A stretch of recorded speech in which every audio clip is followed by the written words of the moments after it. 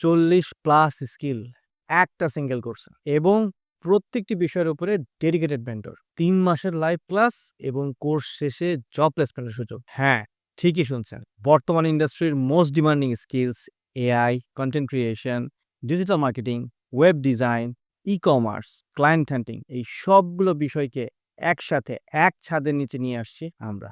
Introducing full stack digital marketing with AI, content creation and e-commerce.